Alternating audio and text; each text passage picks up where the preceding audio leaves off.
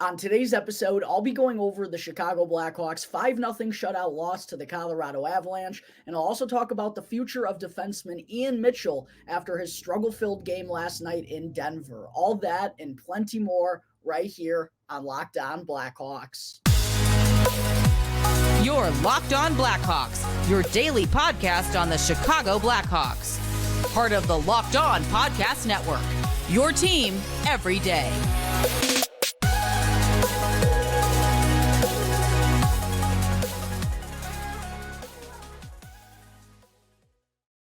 Welcome to the Locked On Blackhawks podcast, your team every day. Today is Tuesday, March 21st. I'm your host, Jack Bushman. You can find me out on Twitter at JackBushman2, or you can check out my Strictly Blackhawks account at Talkin' Hockey for all the latest Blackhawks news and updates. And real quick, for those of you who are first-time listeners, or even if you're a consistent listener of the show and you like what you're hearing, then please make sure to go and show some support. Please go and subscribe for free on YouTube. That would help me out tremendously. And while you're there, make sure to smash the like button, comment down below, and ring the bell so that way you can turn on those push notifications. And for you audio folks, make sure to follow the show. It's 100% for free wherever you may be getting your podcasts. Leave me a review if you want to as well on either Apple Podcasts or on Spotify. You're going to have to do that anyways in order to have a chance to win the 2 free Blackhawks tickets that I'm giving away on the 28th against the Dallas Stars. So make sure to go do all of that good stuff. It really helps me out tremendously, and I greatly appreciate all of your support.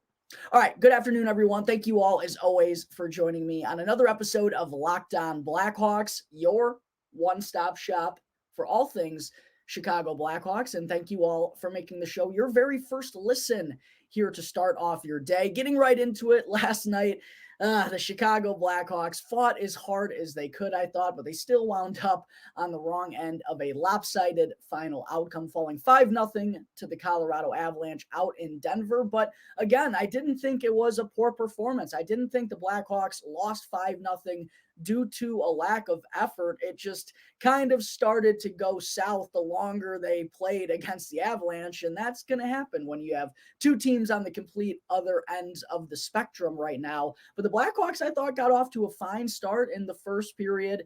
The Avalanche did come out of the gate roaring, and Alex Stalock was holding down the fort in the first couple of minutes. But then in the latter half of the period, the Blackhawks, it was their turn to get some puck possession in the offensive zone. I thought they were moving it around well, got a couple of opportunities, and they only trailed 1-0 after 20 minutes. The second period, while Colorado was able to find the back of the net twice, the Blackhawks still were, hanging in right there. They actually led in shots on goal after 40 minutes. Now, to be fair, Colorado was most certainly getting more and the most dangerous opportunities in this game. But the Blackhawks, they probably deserve better than getting shut out for the 8th time this season, particularly from their play in the opening 40 minutes. The puck movement was there. They had some scoring chances, just couldn't find a way to squeak one through. And then in the third period, in the final 30 minutes of the game, really, that's when things started to really head south. The floodgates opened up a little bit for the Avalanche. Mikko Rantanen nets a power play goal,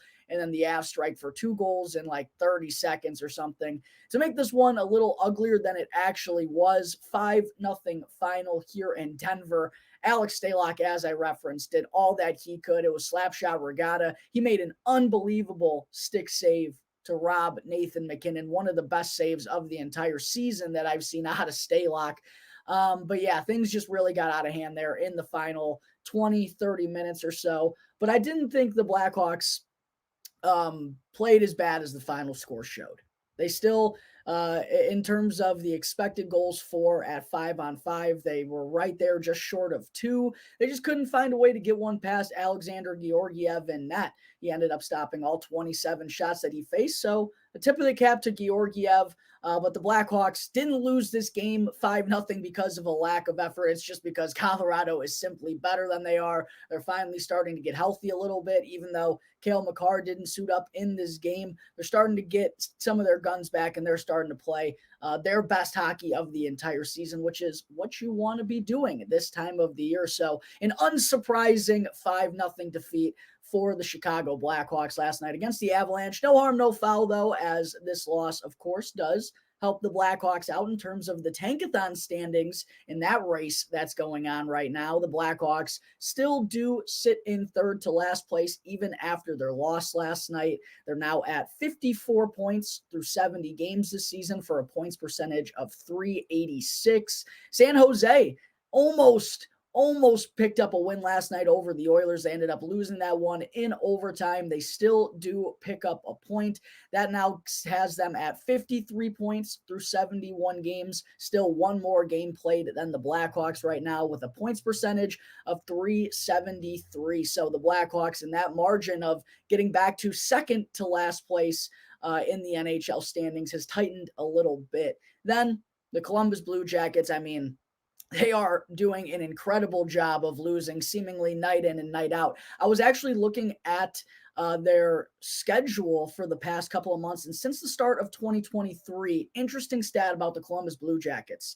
They are 6-3-0 in 9 games on Saturday. In the rest of their games on any other day except for Saturday, since the start of 2023, I believe they're 4-15-5. So Saturday has just been the only day Columbus has been able to pick up victories, but they've been losing each and every night. It's actually kind of astonishing that roster, it's not as bad of a roster as what the Blackhawks are dealing with right now. No way, no ifs, ands, or buts about it. I'd take Columbus's roster over the Blackhawks right now if I had to go and win a game at this very moment. But Columbus is, doing their front office favor right now with their play on the ice. Looks like they're going to be hard to chase down at this point. They still have only 49 points. They do only have 69 games played, though, 1 less than the Blackhawks, 2 less than the San Jose Sharks. They have a points percentage of .355 at the moment. Yeah, feels like they're going to be hard to beat. They have a matchup with the Washington Capitals actually this evening, and it would be real nice if they could find a way to come out of that one with 2 points and throw the Blackhawks a bone and close that margin a little bit more in terms of the Blackhawks getting back into last place in the entire NHL. All right, there are my thoughts on the Blackhawks' 5-0 loss to the Avs last night and how it impacts them in the standings. Coming up in just a moment, I will talk about Ian Mitchell's struggles last night and whether his opportunity has come and gone here in Chicago.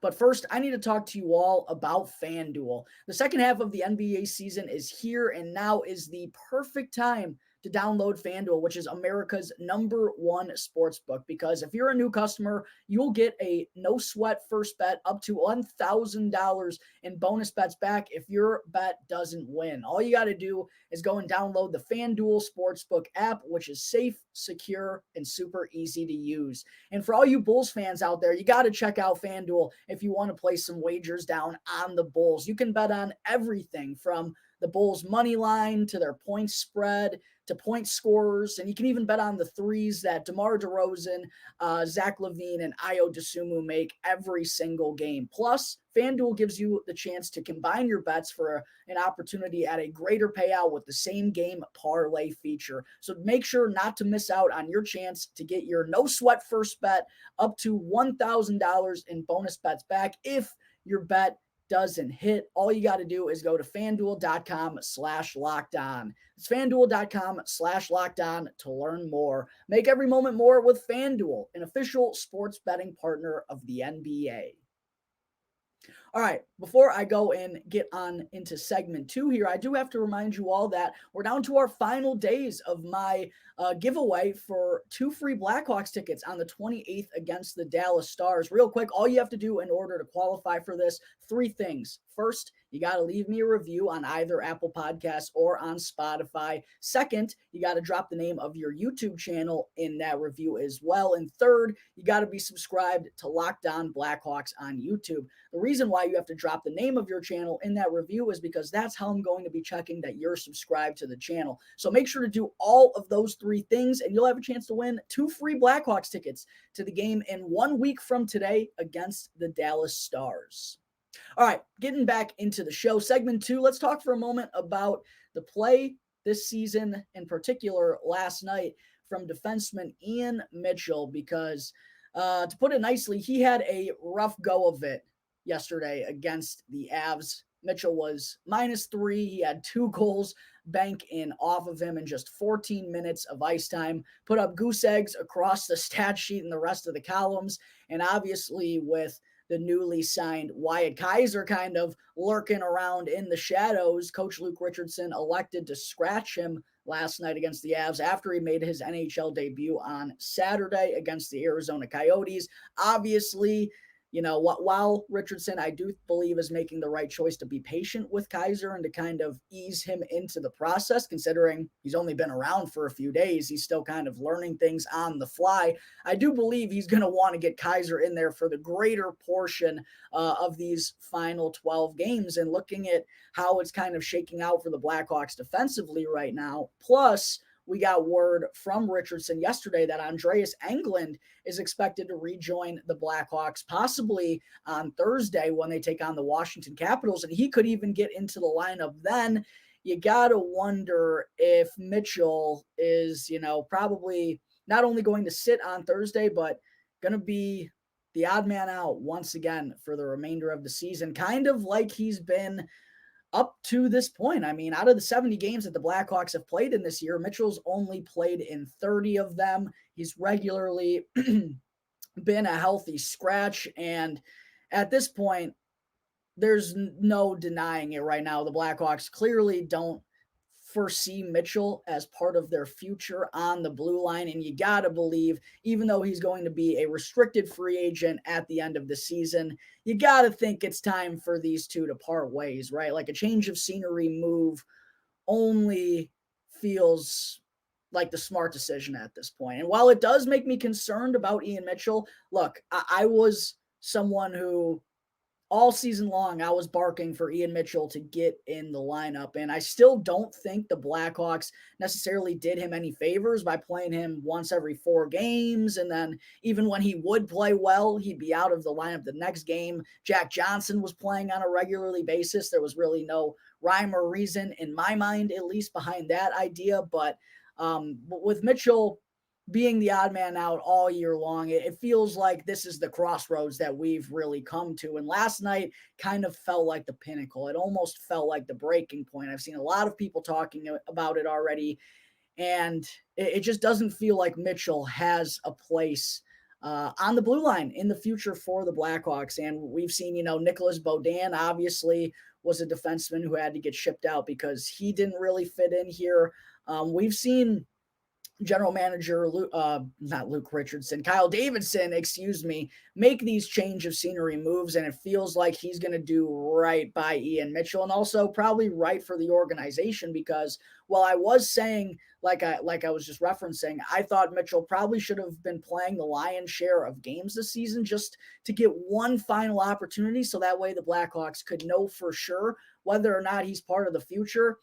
He's kind of, I think, answered that question himself with his inconsistent play whenever he does get an opportunity. And that's kind of what Richardson talked about after the game last night. Ben Pope, a frequent guest here, of course, on the Locked On Blackhawks podcast, asked Richardson about Mitchell's struggles. And he said, you just got to be ready whenever your number's called to get in the lineup. And he thought he was tentative and not aggressive enough. It felt like Mitchell was always kind of in between and wasn't sure where to be or what to do defensively, and that's why he ended up being a -3.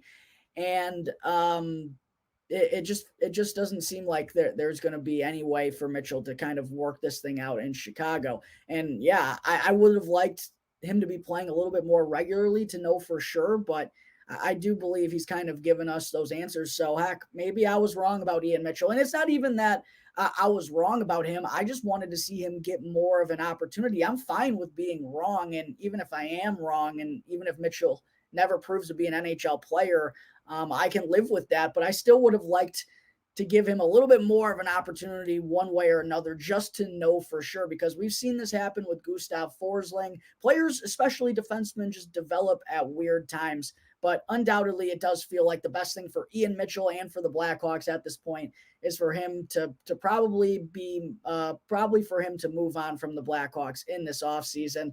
There have just been too many inconsistencies, and defensively, there haven't really been any significant or noticeable strides taken in that area.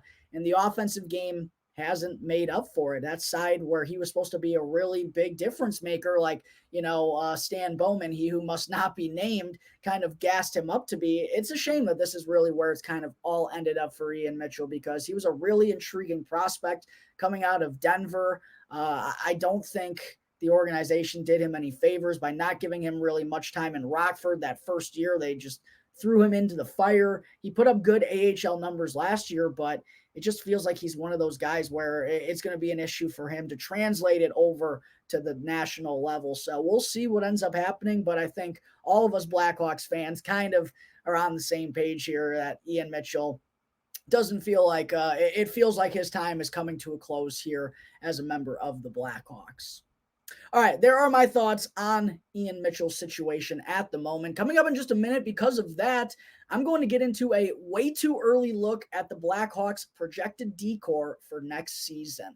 But first, real quick, I got to talk to you all about Built Bar, which is the protein bar that tastes just like a candy bar. Are you looking for a delicious treat but don't want all of the fat and calories? Well, then you got to try Built. And I know what you're thinking right now. Well, what makes Built Bar so good? Well, first of all, they're covered in 100% real chocolate and come in tremendous flavors such as cinnamon churro, peanut butter brownie, coconut almond, and plenty more. Plus, they only have 130 calories, 4 grams of sugar, and a whopping 17 grams of protein in every single bar. And right now, you can go on down to your local Walmart or Sam's Club and get your Built Bars. You used to have to wait for these puppies to get delivered. You used to have to order them online, but now you can go on down to Walmart or Sam's Club and snag a quick 4-pack of cookies and cream, double chocolate, peanut butter brownie, coconut puffs. Try out the Built Bar puffs.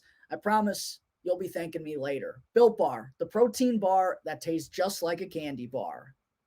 All right, before I wrap up today's show, folks, because I was talking about Ian Mitchell's future here in Chicago, and that obviously being up in the air at this point, I figured now it would be a fun idea to kind of take a way too early look at the Blackhawks' projected defensive core for next season, or at least as we head into the offseason, as we're starting to get closer to the summer with the pending restricted free agents and unrestricted free agents. Let's take a look at how things are kind of shaping up on the back end for the Chicago Blackhawks. So to start us off, let's talk about the three players we are pretty confident are going to be here at the start of next season, not only because they're kind of tied in long-term financially, but also because the Blackhawks need players to get to the salary cap floor next season. That is something that we have to be considering. So because of those reasons, I feel it's pretty likely that Seth Jones, Connor Murphy, and Nikita Zaitsev, the only 3 defensemen on the NHL roster right now that are signed through the end of this season, I feel pretty confident saying all 3 are going to be on the Blackhawks roster at the start of next year. Obviously kind of solidifying the right side there a little bit.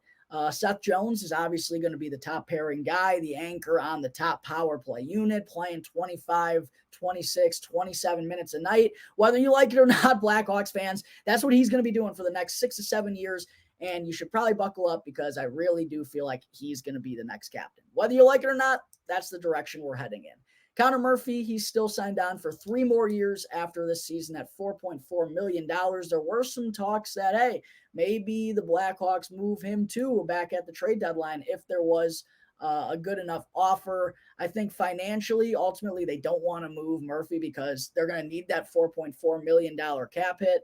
We'll see what they end up doing in free agency, but because of the financial implications, I think it's pretty unlikely that Murphy's going to be dealt. Obviously, things can change come trade deadline next season, though. And then Nikita Zaitsev, who the Blackhawks acquired from Ottawa in exchange for future considerations after this year. He's got 1 year left on his deal at $4.5 million. That's why the Blackhawks landed a free second-round pick, because that $4.5 million AAV for Nikita Zaitsev is awful. I probably should have mentioned this when I was talking about Ian Mitchell in segment 2. Nikita Zaitsev has arguably been worse, so bad so far in his Blackhawks tenure. I mean, go look at some of the numbers. He's taken a lot of penalties. It has not been good for Nikita Zaitsev so far in his short time as a member of the Blackhawks, but it did get us a free second-round pick. $4.5 million, kind of like Murphy. The Blackhawks are going to need that on their books. So yeah, it doesn't seem like Nikita Zaitsev, sadly, is going anywhere. Both he and Murphy, by the way, have had the ability in the past to play on the left side because that might be something the Blackhawks have to go to next year, considering the left side of the D-core is completely up in the air right now, mostly because the three lefties that the Blackhawks have on their NHL roster at the moment are all having their contracts come up at the end of this season. And there's going to be some decisions to be made here. But first, let's start with Jared Tenorti, 31-year-old unrestricted free agent, the bouncer, as I've nicknamed him.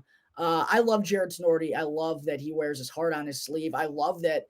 Maybe I don't love it. I respect that he's willing to go out there and drop the gloves with heavyweights just, weeks after he returned from a broken jaw. He's taken like 100 stitches to the face this year. And to his credit, he's been better than I thought he was going to be when the Blackhawks first signed him. Lots of respect for the bouncer that is Jared Tenorti, but there's no way that the Blackhawks are going to be bringing him back in the offseason. It just doesn't make any sense whatsoever. Maybe, I guess, as a depth guy and a veteran to have on the left side. I personally think, though, the Blackhawks, while he will be a cheap option, I do think they could be in the market to potentially go out and get one veteran left-handed defenseman in the free agent market. It wouldn't be the worst thing in the world if they had to shell out a couple million to him either. The big question, now that we have kind of established it, it feels very likely that Ian Mitchell's tenure with the Blackhawks is coming to an end. He's 24 years old, a restricted free agent at the end of the year. The Blackhawks do still hold his rights. I just don't see where he fits in. As I mentioned, he's only played in 30 of 70 games this season. 1 goal, 6 assists for 7 points. Nothing all that impressive offensively. Really haven't seen him take that next step like we were hoping for at the beginning of the season. And he's still been a liability in the defensive zone. So I think the really big question on the back end for the Blackhawks this summer is going to be what to do with Caleb Jones. Andreas Englund, 27 years old, he's actually going to be an unrestricted free agent at the end of this year. It just feels hard pressed to see where he's going to fit in either. Again, maybe he's in that Tenorti boat if the Blackhawks want to bring in a veteran. I just don't see it being the prime target for the Blackhawks. Caleb Jones is going to be the interesting one, though, folks. 25 years old, still a restricted free agent. The Blackhawks hold his rights. 61 games this year, 4 goals and 10 assists for 14 points. Numbers are down a little bit from what we saw in his first year with the Blackhawks last season, but there have been some ups and downs throughout the season for Caleb Jones. I feel like the defensive flaws are still there from time to time, and especially in spurts, it feels like when it's going bad, it goes real bad for Caleb. Like he's a -3, -4 on a night if he doesn't have his A game.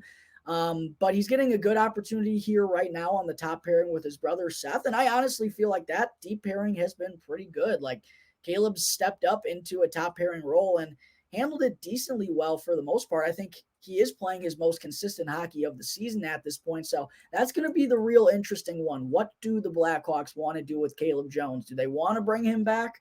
Obviously, you feel like you kind of want to be in good graces with Seth. He didn't sign up for this rebuild necessarily, but here he is finding himself in it. He's taken on a little bit more of a leadership role, as I referenced, likely to be the next captain of the Blackhawks. I wouldn't be surprised if the Blackhawks keep Caleb Jones around. I know a lot of the fan base wouldn't love that, but for Seth reasons and also needing someone with experience on the left side, I wouldn't be shocked to see Caleb Jones come back in the offseason. But why it's going to be really interesting to see whether or not the Blackhawks bring back Caleb Jones or whether they go out on the market and add a left-handed defenseman to their roster is because in the pipelines, they got a lot of left-handed defensemen waiting to come up. Alex Vlasic, obviously. We haven't seen him at the NHL level this year, but suffered a bit of a scary injury. I think he had a fractured fibula, I believe, and somehow returned in like 3 weeks. But he's been playing some steady hockey down in the AHL, and I do think it was the right call by the Blackhawks to let him grow and get some experience under his belt at that level. Isaac Phillips is another guy who probably could be in the NHL right now, but the Blackhawks, certainly don't want too many good players on their roster. Yeah, Phillips looked really sharp in both of his stints this season. He's got 16 NHL games this year, 5 points, scored his first NHL goal. I think Phillips and Vlasic both are really likely to be on the opening night roster next year. Philip Ruse is going to be the interesting one. He almost kind of feels like an odd man out as well, but kind of at a different point of his career than some of these guys. He's 24 years old, a lot of professional experience. He's played in 17 NHL games this year, scored his first NHL goal as well. Philip Ruse is kind of an older defensive, intriguing option on the blue line that's still signed on through the end of next year. And then coming up through the pipelines, 3 names to keep an eye out for. 2 of them play for the same team, the Seattle Thunderbirds of the WHL, and Kevin Korchinski and Nolan Allen. Wouldn't be surprised if both of those guys elect to go pro at the end of the season. Korchinski could go back to Seattle, but I don't know. He looked really good in the preseason. He's lighting it up there. 2 other guys to consider on the back end for the Blackhawks. Ethan Del Mastro is another one to think about too. Was the captain of the Mississauga Steelheads. Really impressive last 2 seasons there. Got traded to the Sudbury Wolves at the OHL trade deadline. Picked up right where he left off with his new club. I think Del Mastro's another guy who could be electing to go the professional route at the conclusion of this season. Those are 3 more names to consider on the back end. Now, probably more likely that, they play some time down in Rockford. I think the only one that I don't even know if Korchinski is eligible to play in the AHL next season. So it's probably NHL or Seattle for him.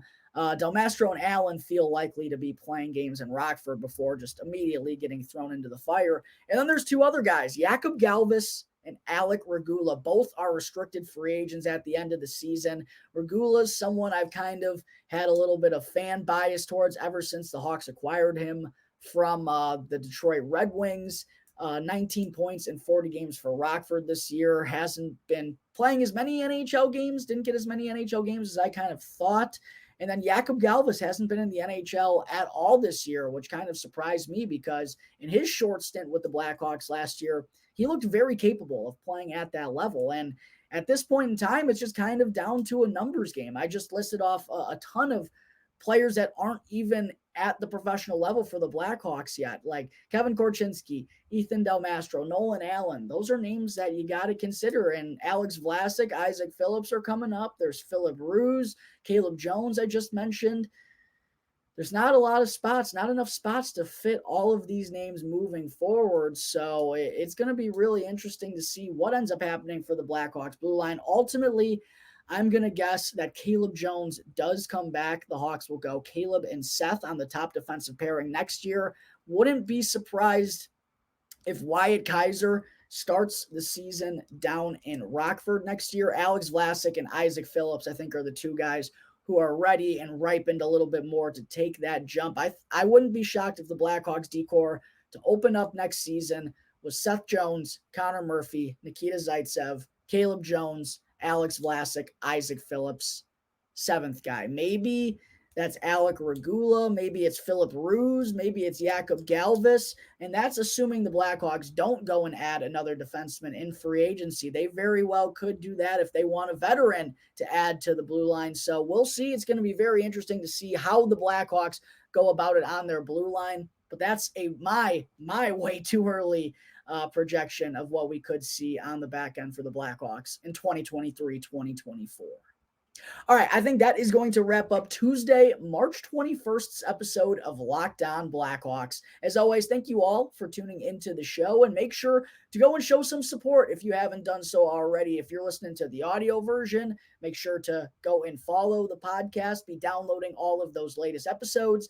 And for those of you watching on YouTube, if you haven't done so already, make sure to hit that subscribe button. It really does help me out tremendously, and that way you can get the episode as soon as it comes out on YouTube each and every day.